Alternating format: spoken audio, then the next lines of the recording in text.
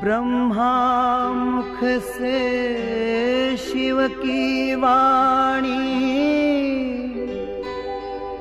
स्वर्ग धरा पर लाएगी। राजयोग सत्कर्म के द्वारा दुनिया नई बनाएगी। ब्रह्मा मुख से शिव की वाणी स्वर्ग धरा पर लाएगी। राजयोग सत्कर्म के द्वारा दुनिया नई बनाएगी। ब्रह्मा मुख से शिव की वाणी।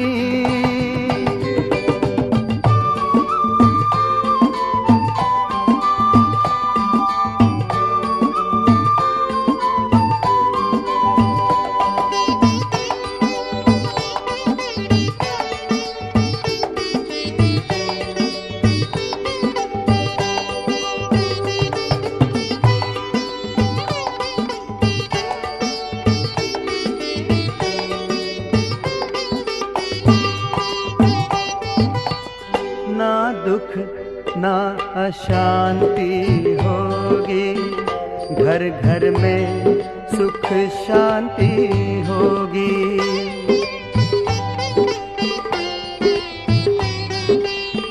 ना दुख ना अशांति होगी, घर घर में सुख शांति होगी। एक धर्म एक राज होगा, हर एक सर पर ताज होगा। एक धर्म एक राज होगा, हर एक सर पर ताज होगा। सूखी हुई डाली पर फिर से हरियाली छा जाएगी। राजयोग सत्कर्म के द्वारा दुनिया नई बनाएगी। ब्रह्मा मुख से शिव की वाणी।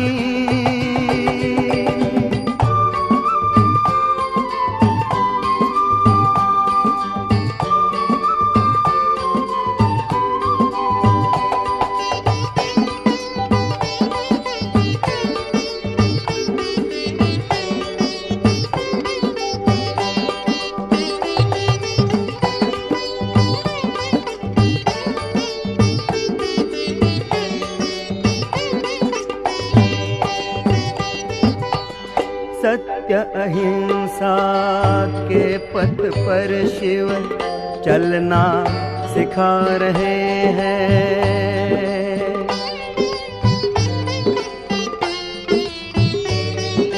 हो सत्य अहिंसा के पथ पर शिव चलना सिखा रहे हैं।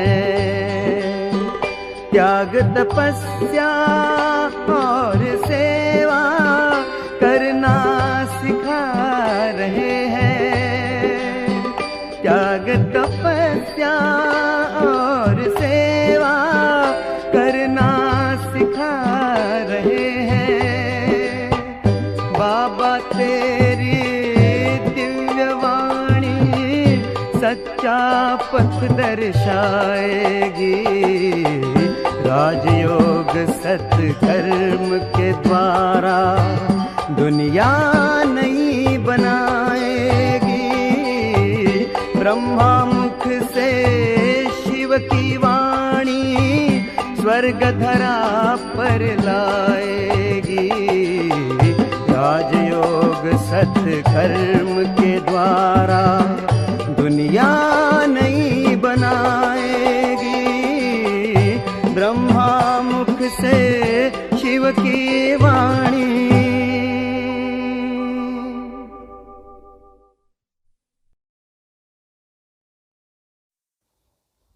ओम शांति। 17 अक्टूबर 2023। बाप दादा के मधुर महावाक्य। मीठे बच्चे, तुम आत्माओं को अपना अपना रथ है। मैं हूँ निराकार। मुझे भी कल्प में एक ही बार रथ चाहिए। मैं ब्रह्मा का अनुभवी वृद्ध रथ उधार लेता हूँ। प्रश्न: किस निश्चय के आधार पर शरीर का भान भूलना अति सहज है?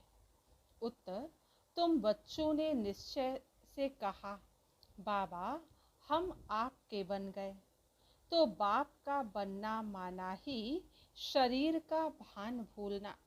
जैसे शिव बाबा इस रथ पर आता और चला जाता, ऐसे तुम बच्चे भी प्रैक्टिस करो इस रथ पर आने जाने की। अशरीरी बनने का अभ्यास करो।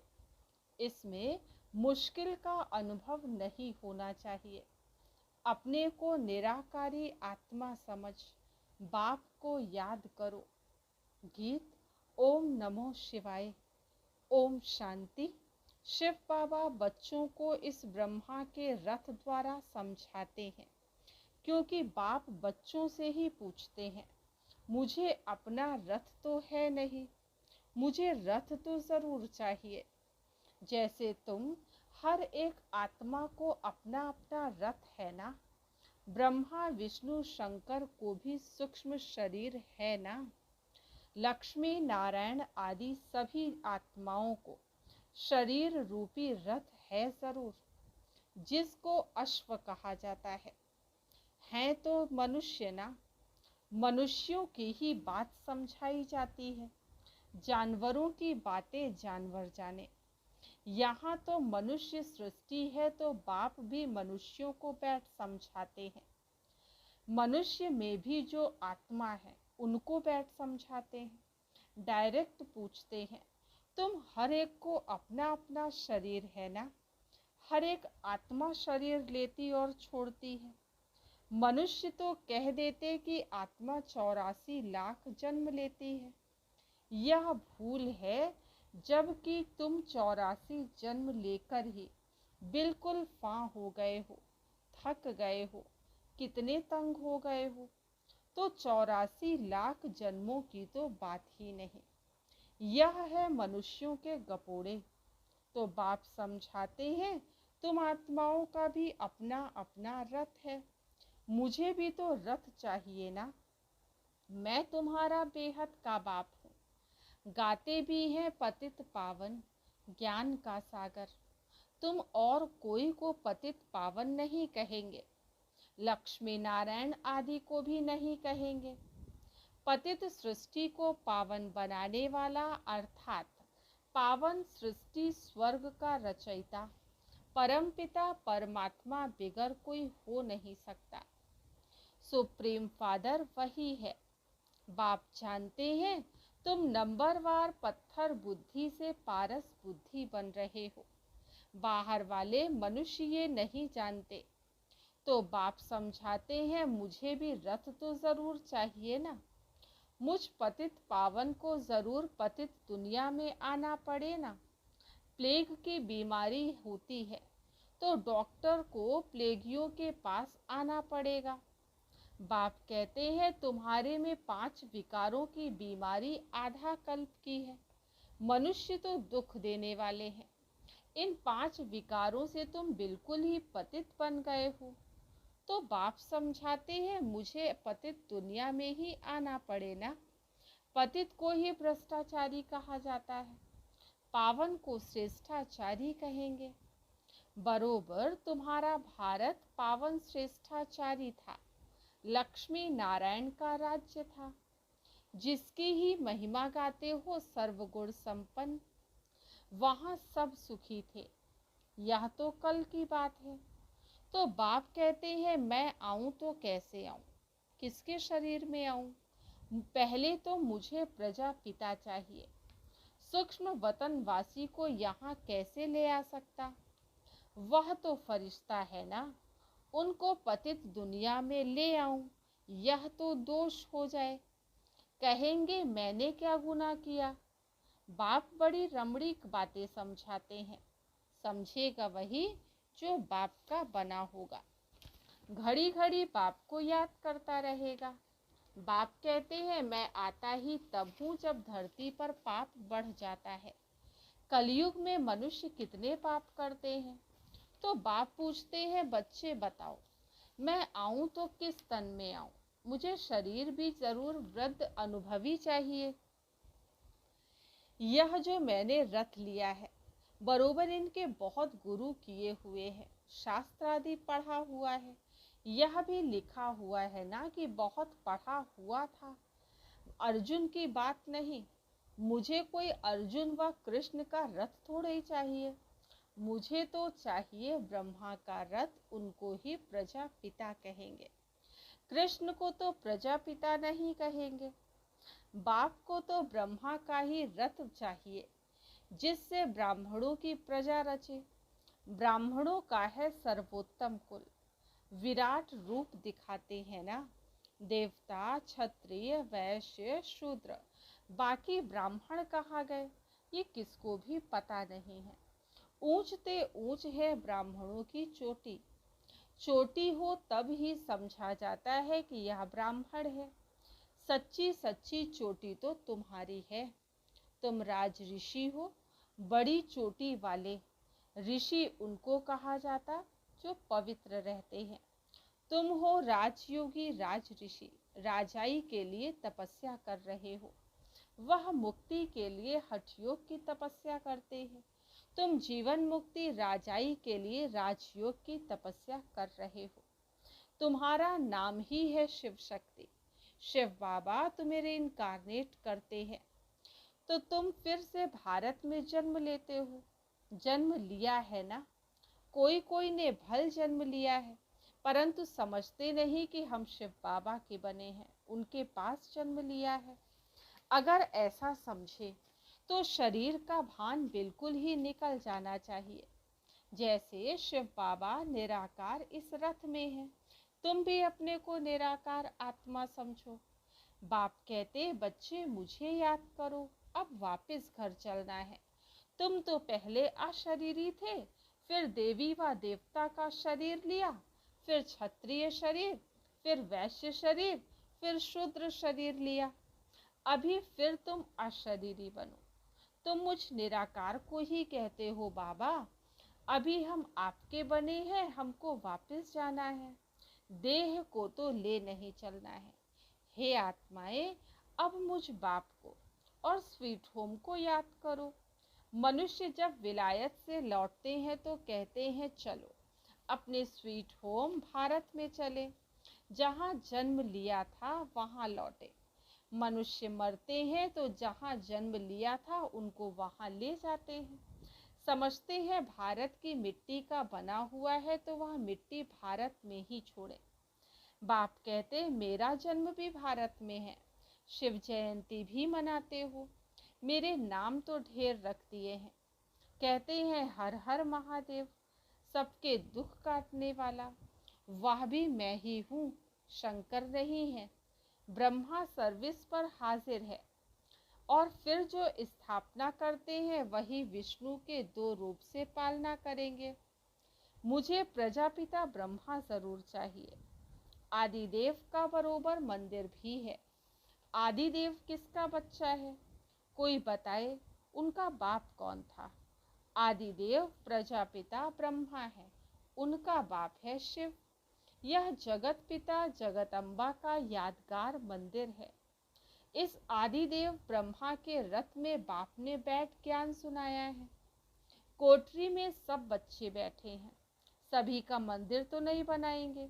मुख्य है 108 की माला, तो 108 कोठरियां बना दी हैं। 108 की ही पूजा होती है। मुख्य है शिव बाबा, फिर ब्रह्मा सरस्वती युगल। वह शिव बाबा है फूल, उनको अपना शरीर नहीं है। ब्रह्मा सरस्वती को अपना शरीर है। माला शरीरधारियों की बनी हुई है। सब माला को पूजते हैं, पूज कर पूरा करेंगे, फिर शिव बाबा को नमस्कार करेंगे, माथा झुकाएंगे, क्योंकि उसने उन सब को पतित से पावन बनाया है। इसलिए पूजी जाती है। माला हाथ में ले बैठ राम राम कहते हैं। परमपिता परमात्मा के नाम का किसको भी पता नहीं है। शिव बाबा है मुख्य, फिर प्रजापिता ब्रह्मा और सरस्वती भी मुख्य हैं। बाकी ब्रह्मा कुमार कुमारियां जो पुरुषार्थ करते रहते हैं उन्हों के नाम होंगे। आगे चल तुम सब देखते रहेंगे। जब पिछाड़ी होगी तब तुम यहाँ आकर रहेंगे। जो पक्के योगी होंगे वही रह सकेंगे। भोगी तो थोड़ा ठगा सुनने से खत्म हो जाएंगे। कोई को ऑपरेशन देखने से भी मनुष्य अनकॉन्शियस हो जाते हैं। अभी पार्टीशन में कितने मनुष्य मरे, वो लोग तो गपोड़े मारते रहते कि हमने बिगर लड़ाई राज्य ले लिया, परंतु मरे इतने जो बात मत पूछो। ये है ही झूठी माया। अभी सच्चा बाप बैठ तुमको सच सुनाते हैं। बाप कहते हैं मुझे रथ तो जरूर चाहिए, मैं साजन बड़ा हूं तो सजनी भी बड़ी चाहिए।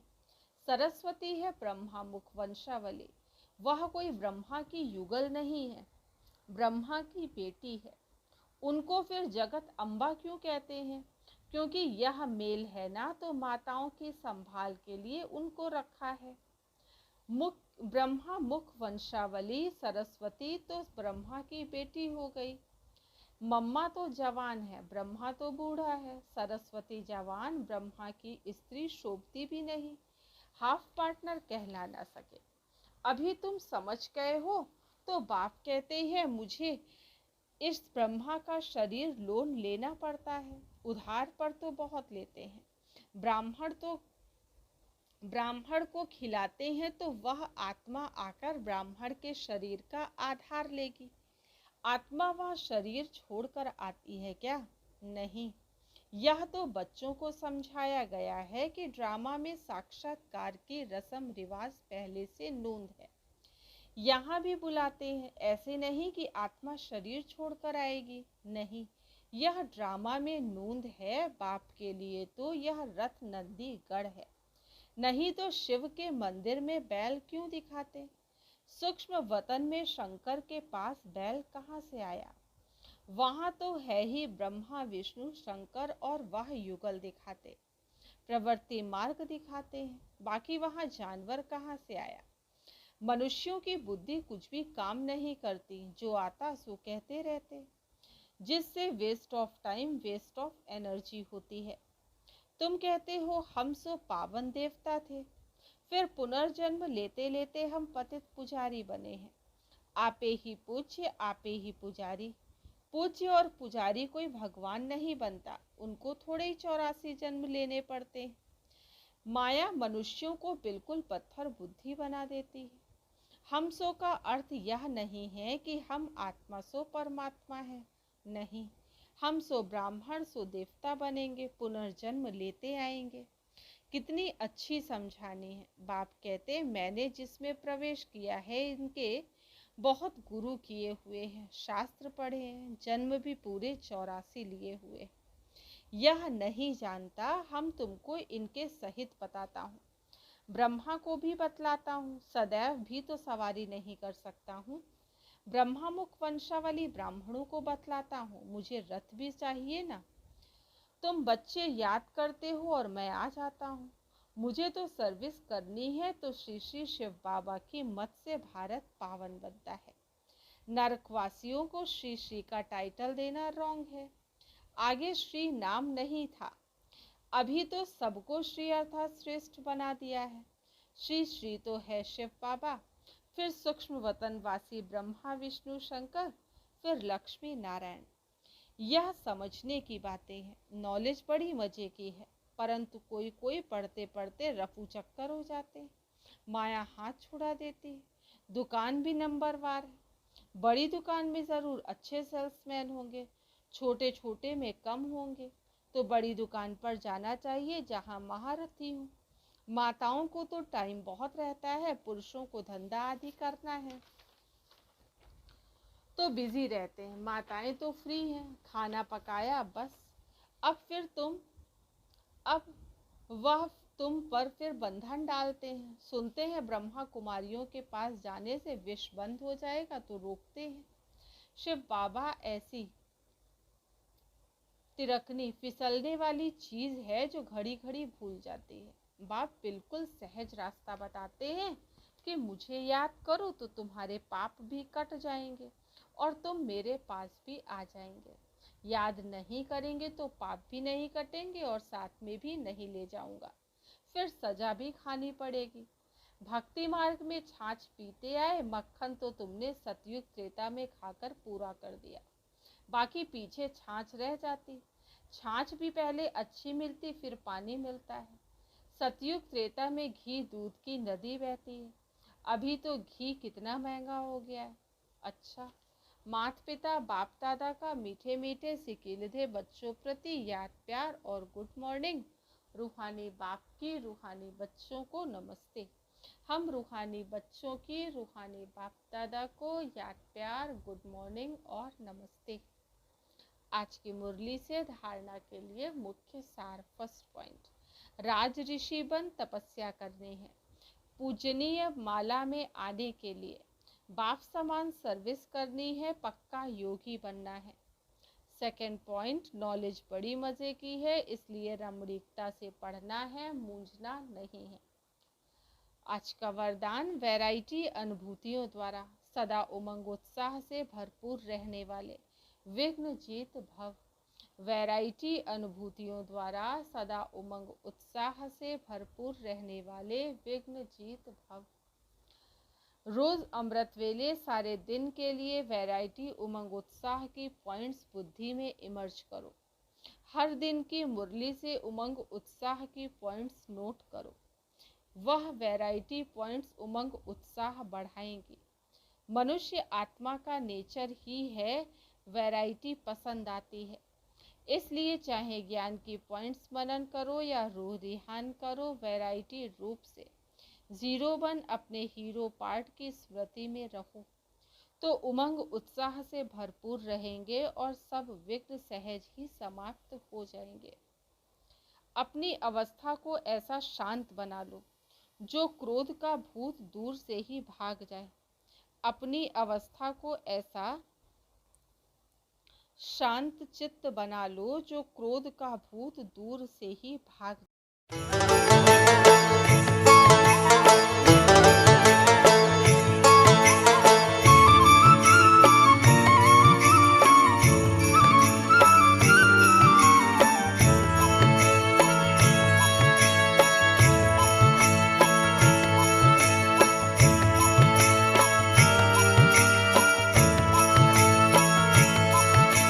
चलो मुसाफिर अपने घर, अब तो पूरा हुआ सफर। चलो मुसाफिर अपने घर, अब तो पूरा हुआ सफर। बुला रहा है वतन तुम्हारा, मुख का रुख अब करो उधर। अब तो पूरा हुआ सफर। चलो मुसाफिर अपने घर, अब तो पूरा हुआ सफर।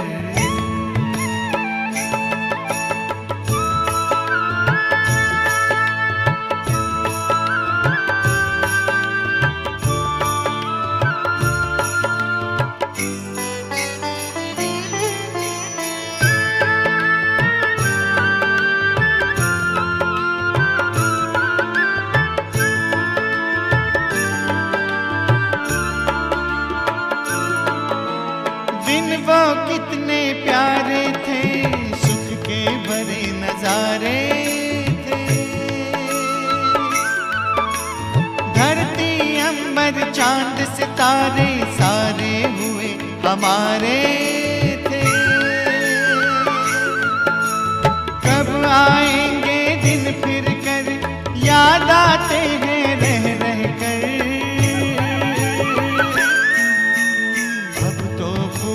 हुआ सफर। चलो मुसाफिर अपने घर, पूरा हुआ सफर।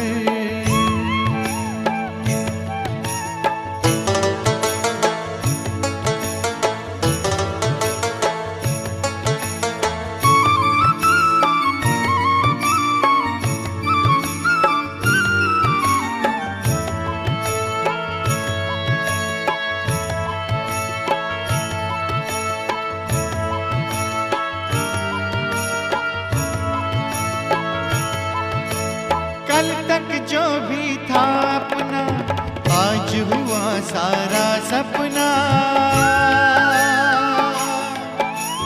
भूल गए निज घर की राह, पाए दुख ना जिसके था।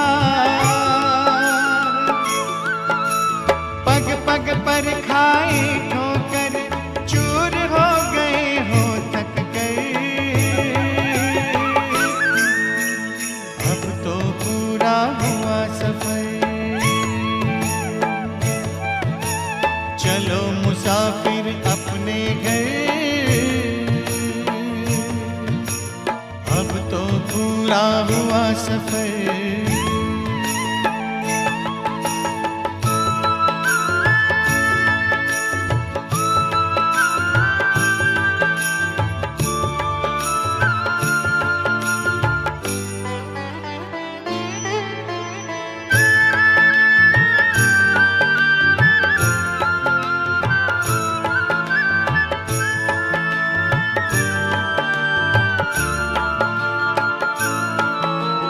परम पिता की बाहों में आओ प्रभु पनाहों में।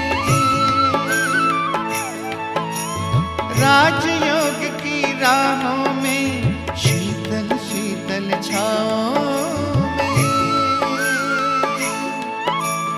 अगर मगर की छोड़ डगर, नजर करो ना और किधर। अब तो पूरा हुआ सफर। चलो मुसाफिर अपने घर, अब तो पूरा हुआ सफर। चलो मुसाफिर